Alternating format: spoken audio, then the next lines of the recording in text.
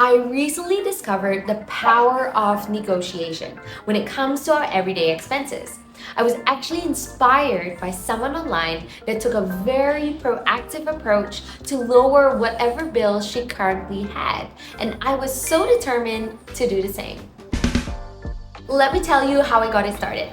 Before starting my quest to try and get fantastic deals on my bills, I did some research beforehand to understand what I'm currently being charged and what promotions were available from my service providers and their competitors. Only after doing my due diligence, I called the companies to discuss my bills with a target price in mind.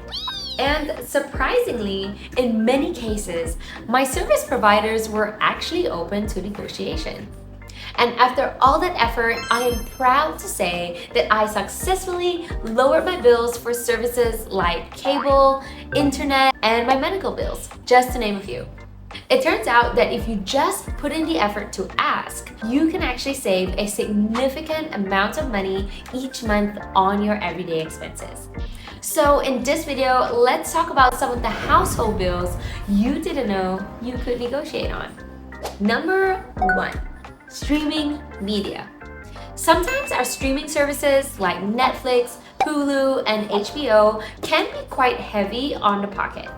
So the first step to make streaming more cost-effective for you is to reflect on which services you genuinely use and which ones provide the content you like to watch. The last time I did an audit on my streaming services, I realized that my husband and I haven't watched anything on HBO for at least 3 months, and we still pay for it. See what I mean? But what you can do is to explore bundling options offered by various platforms. Let's look at Hulu. Did you know that you can pay a flat fee and then bundle it with Showtime, HBO Go, and other services at a lower cost compared to subscribing to them individually? Cool, right? And of course, keep an eye out for special deals, especially around Black Friday, because some of the best offers for streaming can be found then.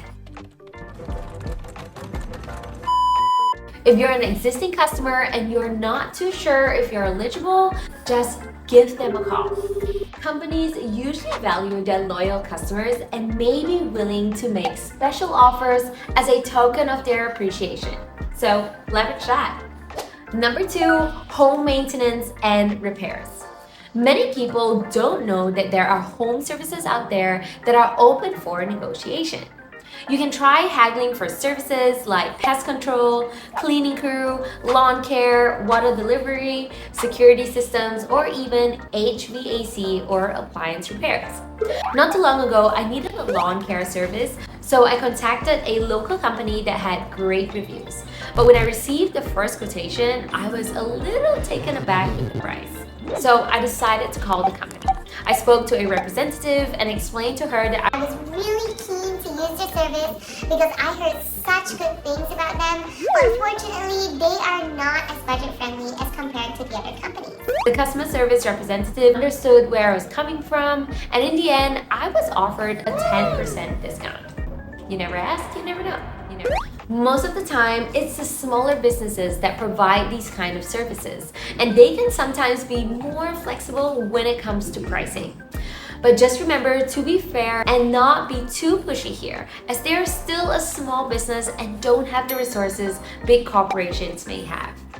You can even try negotiating some of your other expenses like solar power and in certain states, electricity and gas. If you just so happen to live in one of the states that allow you to pick your utility provider, lucky you, because you may be able to negotiate in this area as well. Just to name a few of the states, which are Georgia, California, Virginia, Ohio, and Michigan. And the third one, medical bills. According to a recent read, I was quite surprised to find out that almost half of Americans have medical debt between $1,000 to $5,000. And only about a third of them have attempted to negotiate their bill. So now that you know, you can try it yourself. But before doing anything, it's important that you double check the accuracy of your medical bills first, because it turns out that there have been a significant number of cases of errors in the bill where the bill was higher than expected. Once that's done, you can try contacting the billing department of your healthcare provider to negotiate a discount if you were to make a full payment immediately. We're not talking about payment plans. Avoid that at all costs. During a call, if you don't get a response you were looking for the first time, don't give up. Persistence is key here, so keep trying because it's going to be worth it. The system is meant to encourage people to give up. For anything like elective medical or dental procedures, you can try negotiating in advance. You can ask them about upfront cash payment discounts.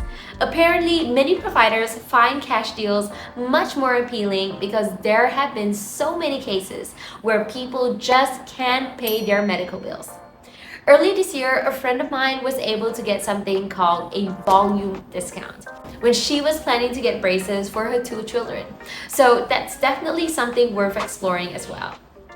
Alright, so these are only 3 household bills that you probably didn't know you can save money on with the power of negotiation.